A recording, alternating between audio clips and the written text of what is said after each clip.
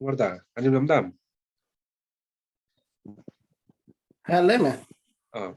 अच्छा नितो माझे माझे आले न्यूज़ करे ला ñel ñam दा जे इंडिया रे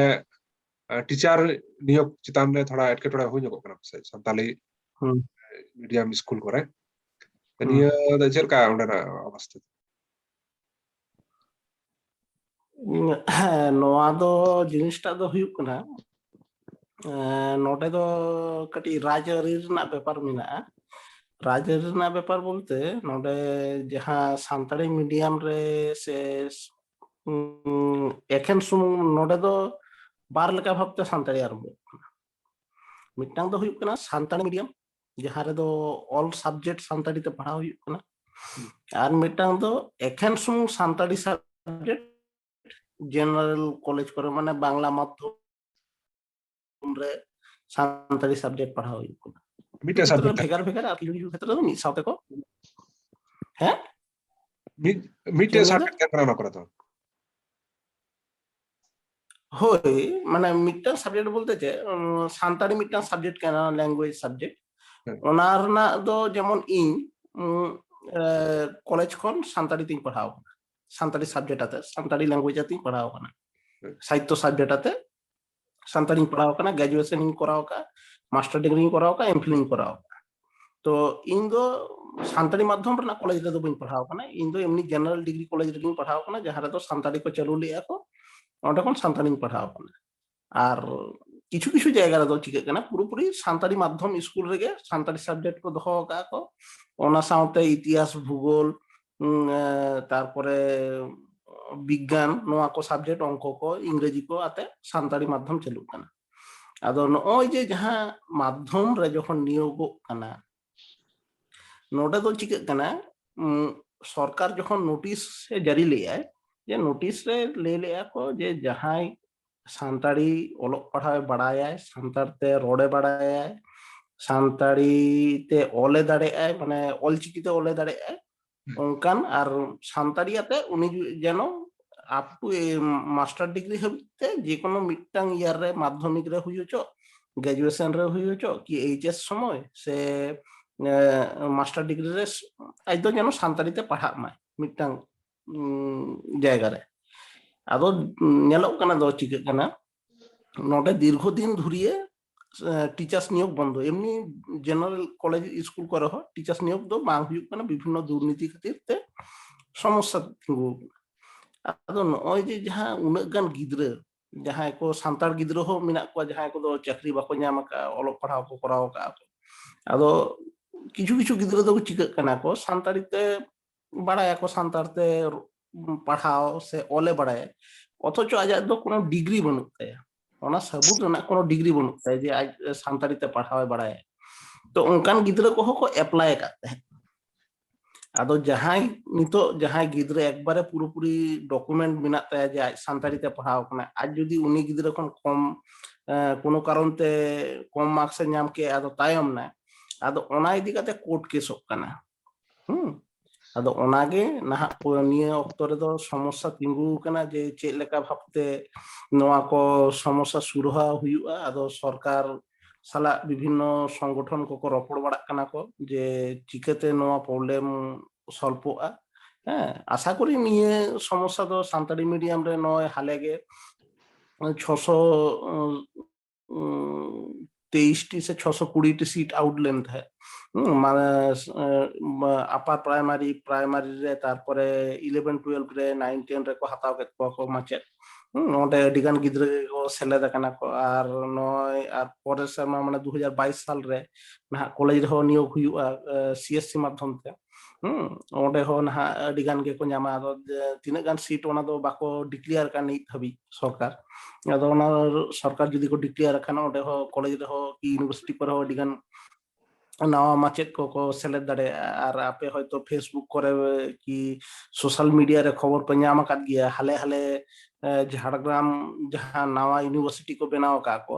अब जहां गुरु माने कवि गुरु मिना साधु रामचांद मुर्मू यूनिवर्सिटी ᱧᱩᱛᱩᱢ ते मिटांग यूनिवर्सिटी को चालू का को झाड़ग्राम रे ओंडे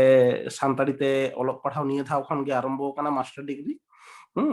ᱟᱫᱚ ᱚᱸᱰᱮ ᱦᱚᱸ ᱦᱟᱯᱮᱱ ᱫᱤᱱ ᱨᱮ ᱡᱮᱦᱮᱛु ᱱᱟᱣᱟ ᱤউᱱᱤᱵᱷᱟᱨᱥᱤᱴᱤ ᱠᱟᱱᱟ ᱱᱤᱛ ᱦᱟᱹᱵᱤᱡ ᱵᱟᱦᱟᱨ ᱨᱮᱱ ᱴᱤᱪᱟᱨ ᱠᱚ ᱟᱛᱮ ᱜᱮ ক্লাস ᱪᱟᱞᱟᱜ ᱠᱟᱱᱟ, পার্মানেন্ট টিচার ᱠᱚᱫᱚ ᱵᱟᱠᱚ ᱱᱤয়োᱜ ᱠᱟᱫ ᱠᱚᱣᱟ ᱠᱚ। তো আশা করি ᱚᱱᱟ ᱦᱚᱸ 2022 সাল ᱠᱚᱥᱮᱫ ᱜᱮ ᱱᱟᱦᱟᱜ ᱚᱸᱰᱮ ᱦᱚᱸ ᱱᱟᱣᱟ ᱢᱟᱪᱮᱫ ᱠᱚᱠᱚ ᱦᱟᱛᱟᱣ ᱠᱚᱣᱟ ᱠᱚ ᱤᱭᱩᱱᱤᱵᱷᱟᱨᱥᱤᱴᱤ লেভেল ᱨᱮ।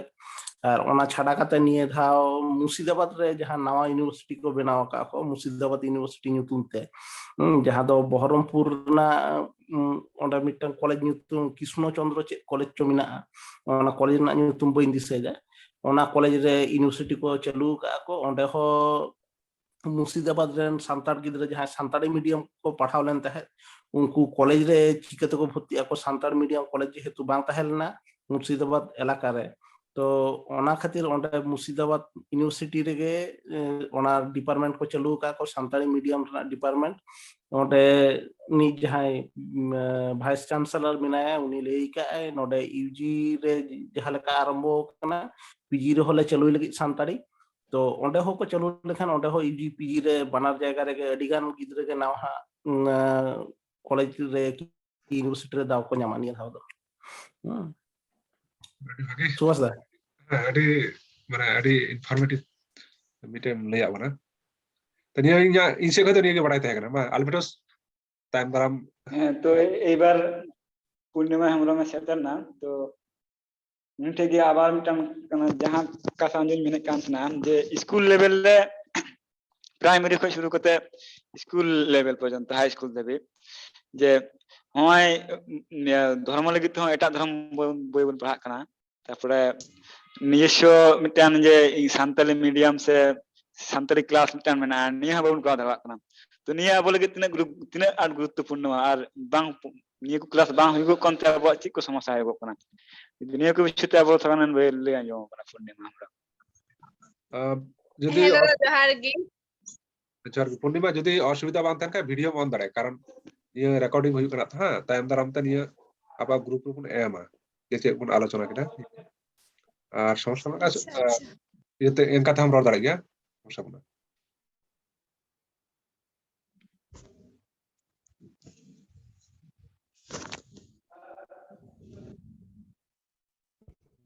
রড় মে হ্যাঁ দাদা জোহার গে। আসলে ᱦᱩᱭᱩᱜ ᱠᱟᱱᱟ ᱟᱵᱚ ᱦᱚᱸᱜᱼᱚᱭ ᱡᱮ ᱥᱟᱶᱛᱟᱞᱤ ᱵᱷᱟষᱟ ᱛᱮᱵᱚᱱ ᱨᱚᱲ ᱫᱟᱵᱚᱱ ᱠᱤᱱᱛᱩ ᱢᱤᱫᱴᱮᱱ ᱵᱚর্ণমালা ᱵᱟᱹᱱᱩᱜ ᱛᱟᱵᱚᱱᱟ। যেহেতু বর্ণমালা মেনাᱜ ᱛᱟᱵᱚᱱ ᱜᱮᱭᱟ ᱵᱟᱵᱚᱱ ᱵᱟᱰᱟᱭᱟ ᱡᱮ ᱟᱵᱚ ᱮᱠᱴᱟ ᱟᱵᱚ ᱛᱮ ᱵᱟᱝ ᱯᱨᱚᱪᱟᱨ ᱟᱠᱟᱱᱟ, ᱚᱱᱟ ᱯᱨᱚᱪᱟর ᱞᱟᱹᱜᱤᱫ ᱵᱚᱱ ᱠᱟᱹᱢᱤᱭᱮᱫᱟ। তো আর গ্রামে গ্রামে প্রচার লেনখান সবচেয়ে আরো বেস্ট মজ ᱦᱩᱭᱩᱜᱼᱟ ᱟᱨᱠᱤ। ᱟᱫᱚ ᱦᱚᱸᱜᱼᱚᱭ ᱥᱠᱩᱞ ᱤᱭᱟᱹ ᱠᱷᱚᱡ ᱞᱮ ᱜᱚᱴᱟ ᱳᱣᱟᱱ ᱠᱷᱚᱡ ᱞᱮ ᱯᱟᱲᱦᱟᱣ ᱦᱤᱡᱩᱜ ᱠᱟᱱᱟ, ᱳᱣᱟᱱ ᱠᱷᱚᱡ ᱦᱚᱸᱜᱼᱚᱭ ᱱᱤᱛᱚᱜ হাই স্কুল লেভেল লে ᱯᱟᱲᱦᱟᱜ ᱠᱟᱱᱟ, ᱠᱤᱱᱛᱩ ᱱᱤᱭᱟᱹ ᱠᱚ ᱵᱤᱥᱚᱭ তে ᱵᱟᱝ ᱜᱮᱞᱮ ᱵᱟᱰᱟᱭ ᱠᱟᱱᱟ ᱥᱮ ᱟᱭᱢᱟ ᱦᱚᱲ ᱜᱮᱵᱚᱱ ᱵᱟᱰᱟᱭᱟ। ᱦᱚᱸᱜᱼᱚᱭ ᱦᱚᱭᱛᱚ ᱟᱵᱚ ᱢᱤᱫᱴᱮᱱ ᱜᱨᱩᱯ ᱵᱚᱱ তৈরি ᱟᱠᱟᱫᱟ ᱚᱞᱪᱤᱠᱤ ᱜᱨᱩᱯ, সেই জন্য হয়তো ᱡᱟᱦᱟᱸᱭ ᱜᱮᱠᱚ ᱵᱮᱵᱚᱦᱟᱨᱮᱫ ᱠᱟᱱ ᱯᱷᱮᱥᱵᱩᱠ ᱜᱨᱩᱯ ᱨᱮ ᱢᱮᱱᱟᱜ ᱵᱚᱱᱟ ᱩᱱᱠᱩ ᱵᱚᱱ ᱵᱟᱰᱟᱭ ᱠᱟᱱᱟ, ᱠᱤᱱᱛᱩ ᱤᱭᱟᱹ ᱴᱚᱞᱟ ᱨᱮᱱ ᱚᱠᱚᱭ ᱠᱚ ᱵᱟᱠᱚ ᱵᱮᱵᱚᱦᱟᱨ ᱮᱫᱟ ᱩᱱᱠᱩ ᱫᱚ ᱵᱟᱠᱚ ᱵᱟᱰᱟᱭ ᱠᱟᱱᱟ। ᱟᱫᱚ ᱚᱱᱟᱛᱮ ᱢᱤᱫᱴᱮᱱ ᱤᱭᱟᱹ ᱠᱷᱩᱞᱟᱹᱣ ᱞᱮᱱᱠᱷᱟᱱ ᱫᱚ ᱢᱚᱡᱽ ᱟᱨᱠᱤ ᱦᱩᱭᱩᱜᱼᱟ। আচ্ছা আচ্ছা। স্কুল মাধ্যমে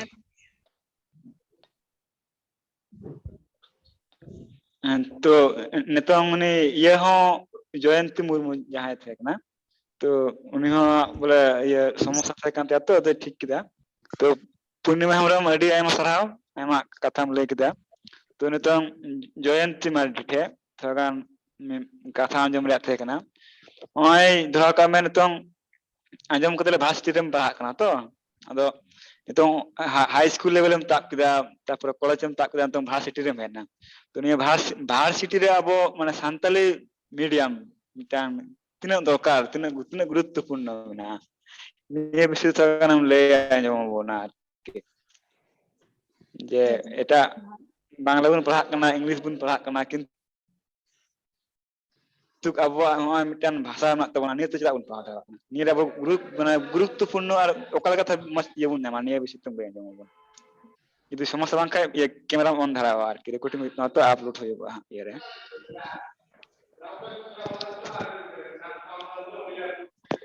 হ্যালো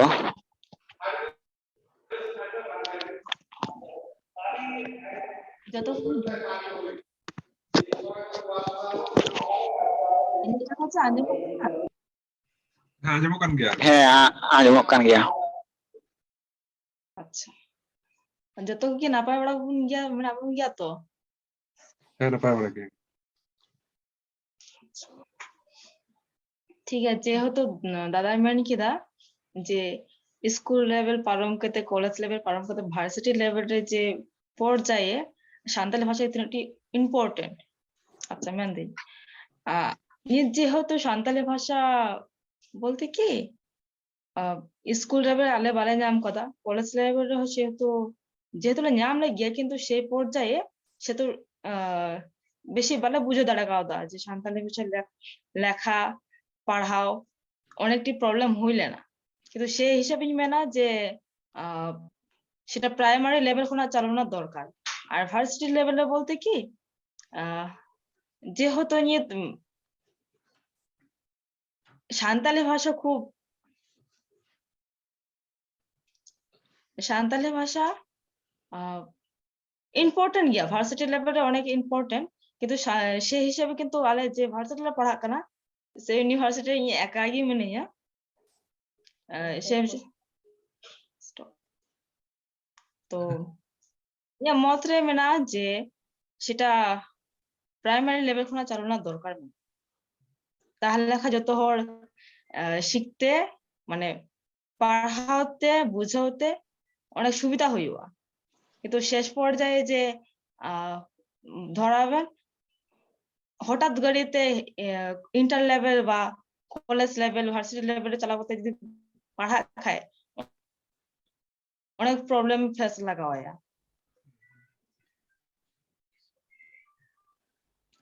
ওরা জয়ন্তী মার্ডি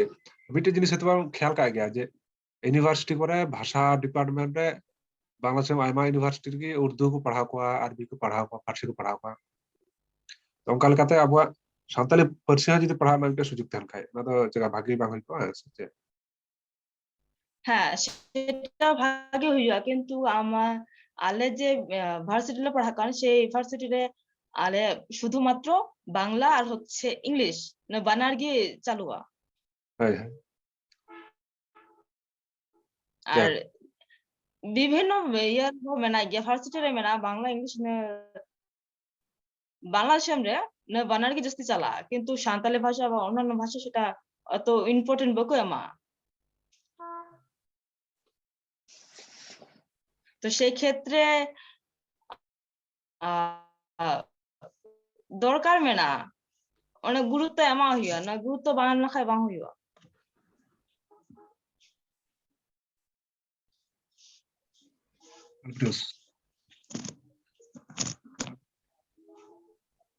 তো এখন আবো আয়মা কানা কথা বন আজম কেদা যে আবার यहाँ সমস্যা को বন লই সদর কেদা তো নিতং নিয়ে কো সমস্যা সে নিয়ে কো কথা ইদি কাতে নিতং যাই সিনিয়র হর সে মারাং হর কো মেনা পিয়া পিয়া হর ইন্ডিয়া খয় সুকুমার দা রাজশাহী বিভাগ রিয়া নওগাঁও উপজেলা খয় স্কুল মাস্টার সুভাষ মুর্মু তারপরে দিনাজপুর খয় সরকারি চাকরিজীবী নরেশ হেমব্রম তো যদি নিয়ে কো বিষয় তখন বন আলোচনা লাখাই নিতং পাশে আর কি মজ কোয়া যদি আবো শিক্ষাতে নিয়ে বাংলা দিশম রে ভারত এলাকা আবো এডি মস্ত বন নিয়ে হাই স্কুল খয় প্রাইমারি খয় কলেজ দিবি সে ইউনিভার্সিটি দিবি আবো নিয়ে সান্তালি মিডিয়াম বন তো লই দে দেরাওয়া তাহলে যেহেতু ইন্ডিয়া খয় কারণ ইন্ডিয়া খয় যেহেতু নিয়ে তো ইয়ে করা সর্দি করা তাহলে সুকুমার দা হনি বিষয়তে আনা লই বন মে আর কি তাহলে আলে নিয়ে যেগুলো মেনা রে আঞ্জম আলে আর মতামত এম হইব আর কি তাহলে দাদা আঞ্জম কান কাম রল মে ᱦᱳᱭ ᱟᱞᱚ ᱛᱚ ᱥᱟᱡᱚᱢ ᱞᱟᱹᱜᱤᱫ জয়ন্তী মই আডি নাপায় কথা গে ᱞᱟᱹᱭ ᱠᱮᱜᱼᱟᱭ ᱟᱡᱟᱜ ᱡᱟᱦᱟᱸ সমস্যা সে আজ যাহা জিনিস ফেস দেয় যাহা প্রবলেম কো যাহা এটকেটড়ে কো মানে আজ তো যেহেতু পুরোপুরি ফ্রন্ট রে মেনায় আছে ইউনিভার্সিটি লেভেল রে পড়াক কানা আদো যাহা এটকেটড়ে আজ বুঝো নাম দেয় ওনা জিনিস আবো সামরে সদর কেআই আডি নাপায় কথা কান গে আদো কথা দো হুᱭᱩᱜ ᱠᱟᱱᱟ নয় যে ওকাটা পুইলু বন এতহবা নোয়া সারিগে মিটটাং আডি চিন্তা রেনাᱜ বিষয় কানা যে ইউনিভার্সিটি লেভেল রে পুইলু পার্সি সান্তাড়ি তে অলপ পড়াও বন আরম্ভয়া সে প্রাইমারি লেভেল রে বন এতহবা আদো নোডে দো চিকে কানা বারেয়া সমস্যা তিগুনা বানার গে সমস্যা তিগুনা প্রথম সমস্যা দো হুইক কানা যদি মানে ইউনিভার্সিটি লেভেল রে বন এতহবা ওন্ডে হ টিচার না সমস্যা আর প্রাইমারি লেভেল রে যদি বন সান্তাড়ি বন এতহবা ওনা হ টিচার না সমস্যা আবার নোয়া হ বাবন লই দারে নোয়া হ কিন্তু আহ ঘোড়া মানে দোহড়াটার বা অনকান সান্তাড়ি সাবজেক্ট রেন এক্সপার্ট কে যদি যাহাই বাকো তেয়ার না তাহলে এদো প্রাইমারি লেভেল রেন গিদ্রা দো অকয় পড়াও করে নোয়া মিটটাং কোশ্চেন রাখাবো আদো ভারত দিশম রা যাহা সমস্যা যাহা এটকেটড়ে নোয়া সমাধান লিয়া অলপ পড়াও এত হলেন ভারত রেদো কিন্তু পুইলু পুইলু ডাইরেক্ট মানে যে সান্তাড়ি সাবজেক্টটা থেকে পড়াও নোটে ভারত দিশম যখন এত না ওটা তো রাঁচি ইউনিভার্সিটি না যাহা টিআরএল ডিপার্টমেন্ট মেনা ট্রাইবাল এন্ড রিজিওনাল ল্যাঙ্গুয়েজ ওনা চেতান রে লাহাতে অলপ পড়াও এত লেন থে 1980 সাল কোসে এক্সাক্ট সালটা বইন দিছেইদা পালেন খান 1980 সাল কোসে হইবা তো ওন্ডে খন পুইলু অলপ পড়াও এত লেন সান্তাড়িতে ওন্ডে তো খালি সান্তাড় সমুং দো বাঙা সান্তাড় মেশামেশি আর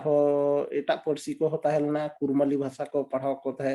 हो भाषा को पढ़ाओ को है हां मुंडरी भाषा को पढ़ाओ को है उनका अडिगन सब्जेक्ट है ना जहां ओना झारखंड ना जहां रीजनल लैंग्वेज को मिना ट्राइबल एंड रीजनल उनको नोटी भाषा तहल ना ओना नोटी भाषा इदी कते पढ़ाओ है आदो ओना भाषा पढ़ाओ कते जहां को मास्टर डिग्री को ना तोरे को पास लेते हैं आले जखन सान्ताड़ीते पढ़ाओ ले एतहब के आले ग्रेजुएशन लेवल रे तो उनको टीचर के आले दो को पढ़ाओ कर लिया आदो आले जखन नितो बई बईते आले नोडे बेंगल रे की झारखंड से उड़ीसा दिसम रे बई बईते मास्टर डिग्री ग्रेजुएशन कंप्लीट करते मिटंग पूरा प्योर सान्ताड़ी डिपार्टमेंट रे गिद्रा को आउट ना को आदो नुकु दराइते आदो प्राइमरी लेवल को एतहब किया आदो नोय नोका जहां कंटिन्यू प्रोसेस जहां खन के मेतहबा आम प्राइमरी खन के मेतहब कि हायर लेवल खन के मेतहब तो मिटंग भाषा चितान रे ज्ञान अर्जन से ओना भाषा चितान रे भाषा जहां लेका आपे बांग्लादेश रे बांग्ला साहित्य से इतिहास साहित्य को पढ़ा कना को ओना भाषा चितान रे आयतन हड़ को चलू कना बांग्ला की इंग्रेजी से एटा उर्दू भाषा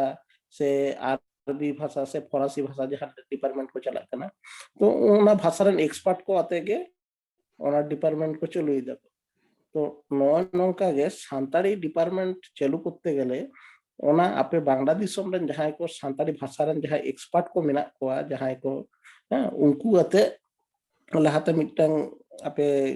आपे जहां विभिन्न संगठन मेना ओना गण संगठन पार्टा खन मिटा सरकार ठन चाप एम दरकार कना जे आले रेन दो एक्सपर्ट को मेना को नुकु भाषा एक्सपर्ट नुकु को नो भाषा इदी कते ज्ञान मेना उनको आते उनको को कॉलेज रे यूनिवर्सिटी करे फोर्स मा को जे नोडे नोआ डिपार्टमेंट चालू हुआ जेमन नय मुर्शिदाबाद ना घटना जहां किछुन माडांग रे ले थे सुभाष दाठे जे मुर्शिदाबाद रे जहां घटना उनको को माने ओका संगठन बाको चालू का गिद्रा को गे आको तेतां को माने आबो कथा रे बन ले आसे मिटांग गिद्रा बच्चा गिद्रा जहां बाले गिद्रा उनी जदी बायर रा खान है से एंगा तो बाय नुनुए उनी गिद्रा रा लेखन तबे के एंगाते नुनुए है से ओना तो वास्तव कथा करना आबो तेतां आबो जहां जाला आबो तो जदी बाबन रागा सरकार बाय बिछु जे सरकार तो इच्छा कथा तो बाय करो अब रेंगे तेतां जतक्षण बाबन ले सरकार ठन सरकार दो थिर कते के तहना ओना जहां दिसम के बांग्लादेश हो भारत देश हो से नेपाल देश हो जहां दिसम रे हो अब तेतां अब लड़ाई दो लड़ाई कते के अर्जन ओना अब सेदा एखन 1855 साल खन लड़ाई कते बन हिजु कना लड़ाई कते के तेहि नवा जगह रे बन हेय कना तो ओना जिनिस के गिद्रा को जहां तेतां ओना ᱟᱠᱚᱣᱟᱜ ᱛᱮᱛᱟᱝ ᱟᱠᱚ ᱠᱚ ᱞᱟᱹᱭ ᱢᱟᱠᱚ ᱤᱭᱩᱱᱤᱵᱷᱟᱨᱥᱤᱴᱤ ᱠᱚᱨᱮ ᱠᱚᱞᱮᱡᱽ ᱠᱚᱨᱮ ᱡᱮ ᱟᱞᱮ ᱫᱚ ᱥᱟᱱᱛᱟᱲᱤ ᱛᱮᱞᱮ ᱯᱟᱲᱦᱟᱜ ᱟᱞᱮ ᱟᱞᱮᱭᱟᱜ ᱥᱟᱱᱛᱟᱲᱤ ᱛᱮᱜᱮ ᱫᱚᱨᱠᱟর ᱛᱟᱞᱮ ᱟᱞᱮᱭᱟᱜ ᱥᱟᱱᱛᱟᱲᱤ ᱥᱟᱵᱡᱮক্ᱴ le ᱯᱟᱲᱦᱟᱜ ᱟᱞᱮ ᱥᱟᱱᱛᱟᱲᱤ ᱵᱤᱥᱚᱭ ᱛᱮᱞᱮ ᱯᱟᱲᱦᱟᱜ ᱟᱞᱮ ᱟᱞᱮᱨᱮᱱ ᱮᱠᱥᱯᱟর্ট ᱠᱚ ᱢᱮᱱᱟᱜ ᱠᱚᱣᱟ ᱥᱟᱱᱛᱟᱲᱤ ᱥᱟᱵᱡᱮক্ᱴ ᱨᱮᱱ ᱱᱩᱱᱟᱹᱜ ᱜᱟᱱ ᱵᱳᱭ ᱢᱮᱱᱟᱜᱼᱟ ᱦᱮᱸ ᱟᱫᱚ ᱤᱧ ᱫᱚ ᱵᱟᱹᱧ ᱢᱚᱱᱮᱭᱟ ᱡᱮ ᱵᱳᱭ ᱨᱮᱱᱟᱜ কোনো দিশম মেনাᱜᱼᱟ ᱢᱮᱱᱛᱮ ᱦᱮᱸᱥᱮ ᱡᱩᱫᱤ ᱵᱳᱭ ᱨᱮᱱᱟᱜ ᱡᱩᱫি কোনো দিশম ᱡᱩᱫি ᱛᱟᱦᱮᱸ ᱠᱚᱜᱼᱟ তাহলে ইংরেজি সাহিত্য ᱨᱮᱱᱟᱜ ᱡᱟᱦᱟᱸ ᱵᱳᱭ ᱠᱚ ᱚᱱᱟ ᱢᱟ প্রথম তো মানে ভারত রে কি ᱞᱟᱹᱭ ᱠᱮᱫ কি বাংলা দিশম ᱨᱮᱢ ᱞᱟᱹᱭ ᱠᱮᱫ ᱚᱠᱚᱭ ᱵᱷᱟরত দিশম ᱨᱮᱱ ᱦᱚᱲ ᱦᱚᱸ ইংরেজি সাহিত্য ᱫᱚ ᱵᱟᱠᱚ ᱚᱞ ᱟᱠᱟᱫ ᱛᱟᱦᱮᱸ ᱥᱮ বাংলা দিশম ᱨᱮᱱ ᱦᱚᱲ ᱦᱚᱸ ইংরেজি সাহিত্য ᱫᱚ ᱵᱟᱠᱚ ᱚᱞ ᱟᱠᱟᱫ ᱛᱟᱦᱮᱸ ইংরেজি সাহিত্য ᱫᱚᱠᱚ ᱚᱞ ᱠᱟᱜᱼᱟ ᱠᱚ ᱤᱝল্যান্ড দিশম ᱨᱮᱱ ᱦᱚᱲ ᱠᱚ অথচ অন্য দিশম রেন বই আগু কাতে আবো বন পাঠাও কাতে ইংরেজি সাহিত্য থেকে গ্রাজুয়েশন দেখো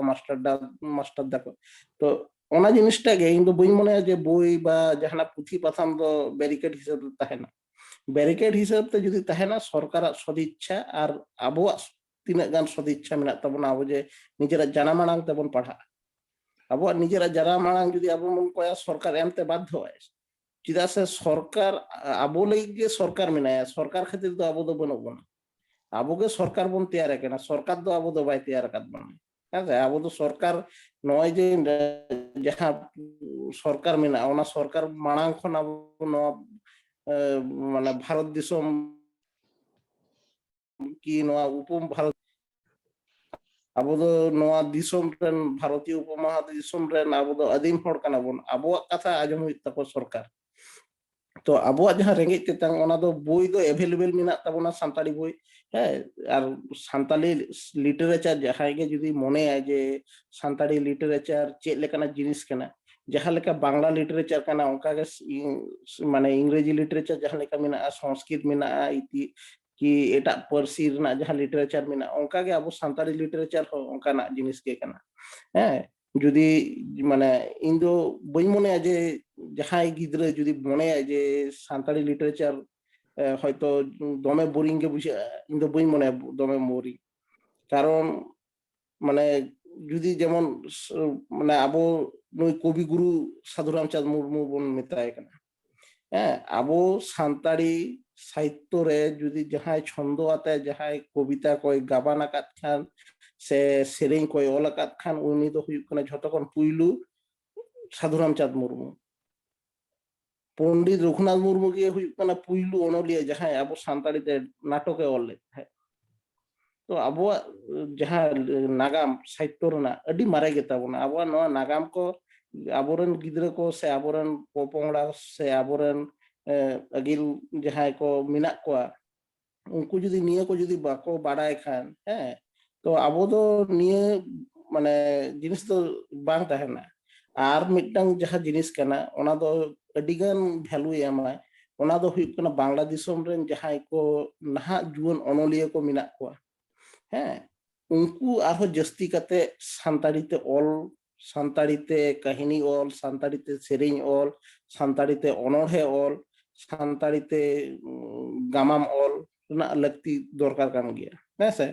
নোয়া দো ভারত দিশম রেও অনকা গে যখন ভারত দিশম রে সান্তাড়িতে অলপ পড়াও বাং এতহব কানা ওনা মাড়াং খন গে বিভিন্ন পাথাম কো উডুং কানা যাহা রে দো সান্তাড়ি অনলিয়া কো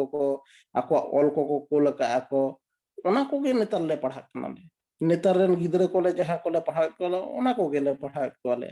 হ্যাঁ নয় বিভিন্ন যাহা নাটক কইন লই কে হ্যাঁ নাটক যদি বিদু চাঁদান গায়ান তো যখন পণ্ডিত রঘুনাথ মুর্মু অল লেখে তখন কি আজ জাহানা নিয়াল কাতে অলে জাহানা নিয়াল কাতে তো বাই অল কাতে আজ মিটটাং ওনা অক্তরে সান্তাল को चेद लेका भाबते चेंगाव को हुआ ओना अक्तर सान्ताल को चेद लेका भाबते जुमित को हुआ सान्ताल को चेद लेका भाबते मिटटांग सुतम रे तल को हुआ ओना खातिर आज बिदु चाँदन गायन ऑल काते सदर ले ओना जिनिस के नेतार गिद्रे को ले पढ़ा कोला जे बिदु चाँदन गायन रटा चेद काबो माने ओना दो नाटक हिसाब ते चेद लेका तिना गान ओना रना एना मिना ओंडे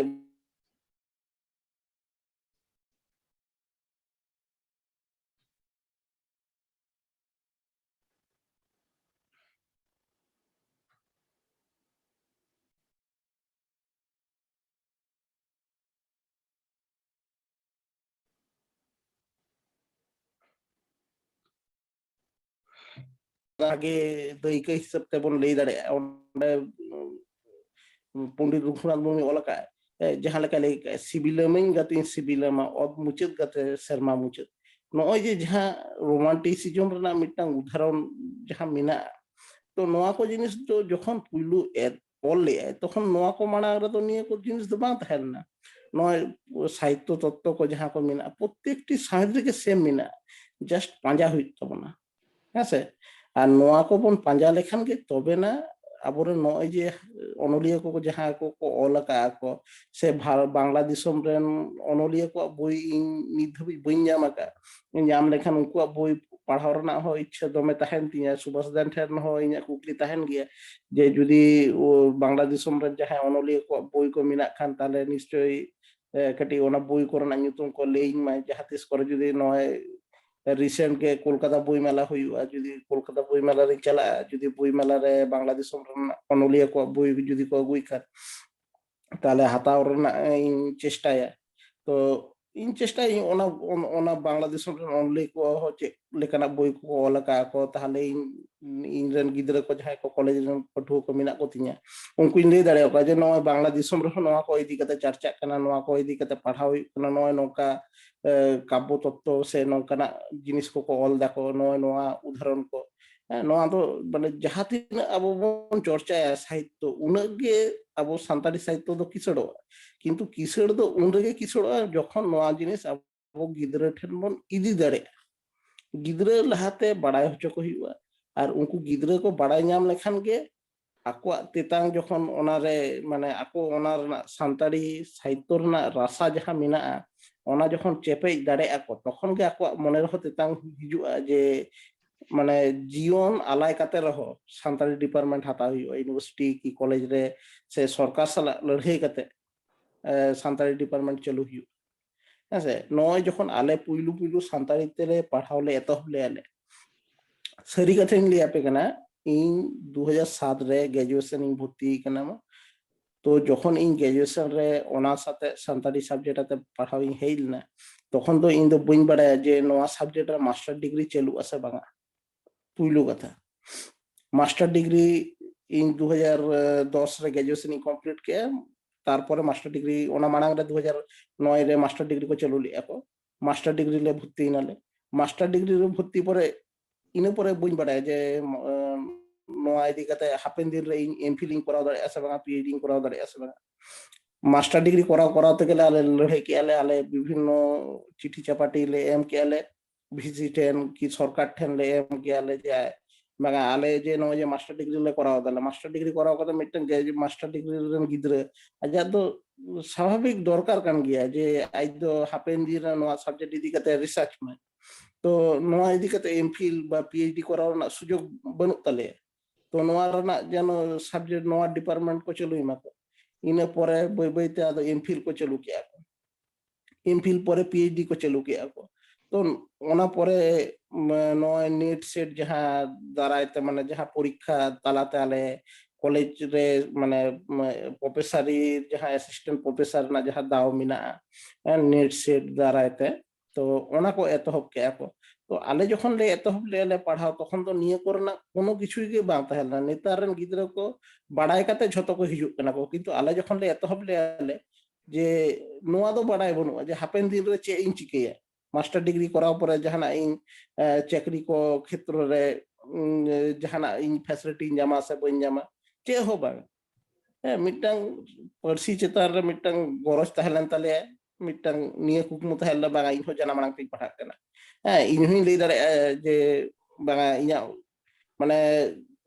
জানা মানাং তে ইন অলো পড়া ইন সেডা তো নোয়া কো যাহা জিনিস নোয়া কো তো মানে মিধা তো বাং হিজু বই বইতে লড়াইতে এত মানে পুইলু তো মিটটাং জায়গা রে এত হবো কলেজ রে কি ইউনিভার্সিটি রে এত হবো কি এইচএস লেভেল রে কি গ্র্যাজুয়েশন লেভেল রে কি প্রাইমারি লেভেল রে এত হবো যাহার গে এত হচো হ্যাঁ এত হব তো পুইলু যাহা লেকা থেকে এত হব লেন খান সে আদো ওনা জিনিস তো আদো ঠাগেত কাতে তো বাং তাহেন আর যাহা জিনিস ওনা বারবারিন লিয়া পে কানা যে বই সে পড়াও রনা জিনিস দো ব্যারিকেড দো বাং কানা যদি ওনাকে যদি ব্যারিকেড হুই কো তাহলে মানে নোয়া যাহা তিনা সাহিত্য মিনা আছে oka saitto ho mane chetan sed do bang rakap ona idi kate poroborti kal re oka disom ro olok padhaw do bang eto ko হ্যাঁ স্যার পার্সি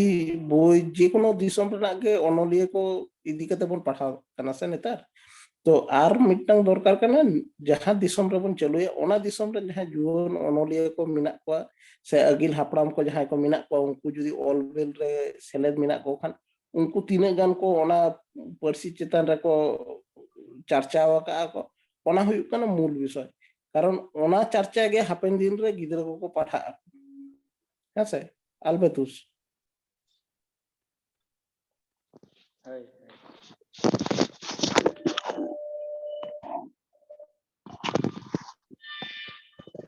तो नितोंग सुवसदा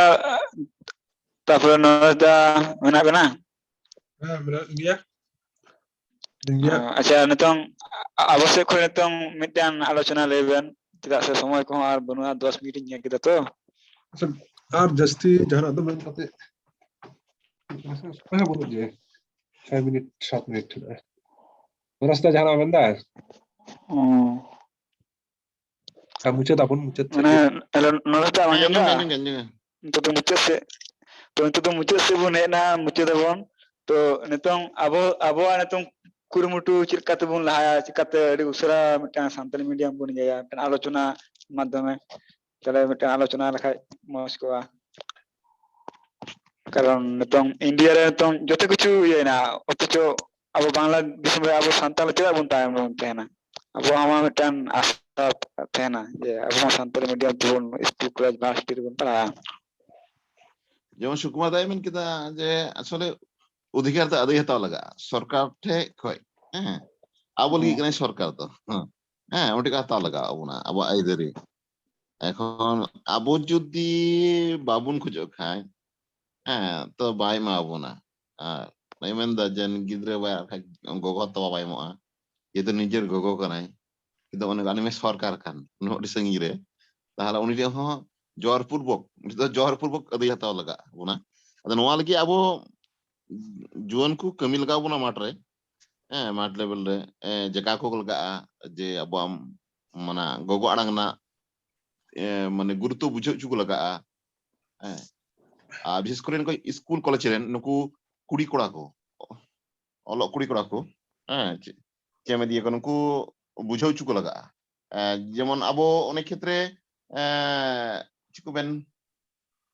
बाको रड़ता बोना कुड़ी कोड़ा संताल ते लाजाव juga aku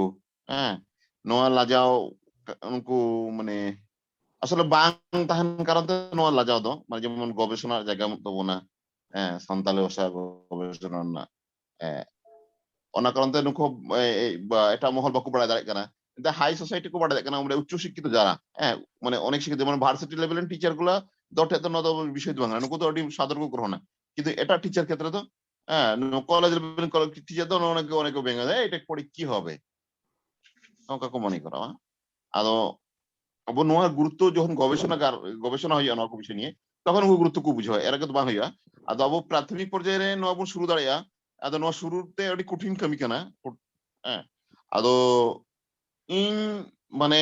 ইnya গাওতারেন মিটিং রে মেতা কো না আইরেন টিম যে আপে কাকু আরতু লটু লটু আতো না দিনাজপুর জেলা রে আপনি একটা সার্ভে কেতে মুইনতে যেখানে কটি গিদ্রে না কোয়া 4-5 বছর রেন তাহলে উনকো গিদ্রে নিয়ে প্রি স্কুল বন করা আমিটাই আদো ইমিকে নোয়া স্কুল বন তাওয়াবো হিন্দু কল্যাণ ট্রাস্ট কই হিন্দু কল্যাণ ট্রাস্ট কই স্কুল বন তাওয়া ওনা সাথে আবরন গিদ্রে আবরন টিচার থানা আবরন গিদ্রে ওন্ডে বন আবওয়া মানে বাংলা বন চি দাঁড়া কো না অলচিকি বন চি দাঁড়া কো না যে তুমি বুঝছো না কোর্স কানা না এই আদো ইরান টিম আসলে যেগুলা নিয়ে টিম গঠন হই কানা নুকো